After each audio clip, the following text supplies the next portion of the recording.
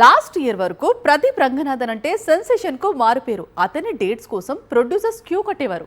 మైత్రి movie makers అయితే కొత్త cinema కోసం 50 కోట్లు ఆఫర్ చేసింది. కానీ లవ్ ఇన్సూరెన్స్ కంపెనీ రిలీజ్ అయింది. ప్రదీప్ ఖాతాలో ఫస్ట్ ఫ్లాప్ పడింది. ఇప్పుడు 50 కోట్ల ఆఫర్ సంగతి ఏమైంది? హ్యాట్రిక్ హిట్స్ తర్వాత ఫస్ట్ ఫ్లాప్ కూడా కాదు, డిజాస్టర్. డిస్ట్రిబ్యూటర్స్ కు భారీ నష్టాలు. దీంతో లవ్ ఇన్సూరెన్స్ కంపెనీతో ప్రదీప్ రంగనాథన్ స్పీడ్ కు బ్రేక్ పడినట్లయింది. ఈ సినిమా రిలీజ్ కు ముందు వరకు ప్రదీప్ రంగనాథన్ డేట్స్ కోసం ఇటు టాలీవుడ్ అటు కోలీవుడ్ లో గట్టి పోటీ కనిపించింది. కానీ ఇప్పుడు అలాంటి డిమాండ్ ఉంటుందా? ఉన్నా అంతకు ముందు 50 కోట్ల వరకు రెమ్యునరేషన్ పలికింది అనేది సమాచారం. ఇదే రెమ్యునరేషన్ ఇప్పుడు ఆఫర్ చేయగలరా అనేది డౌట్ లో పడింది.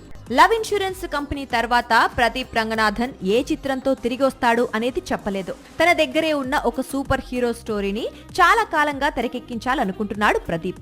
మరి చేతిలో ఉన్న స్క్రిప్ట్ తో తిరిగి వస్తాడా లేక మరో కొత్త కాంబినేషన్ తో కంబ్యాక్ ఇస్తాడా అనేది త్వరలో తెలుస్తుంది.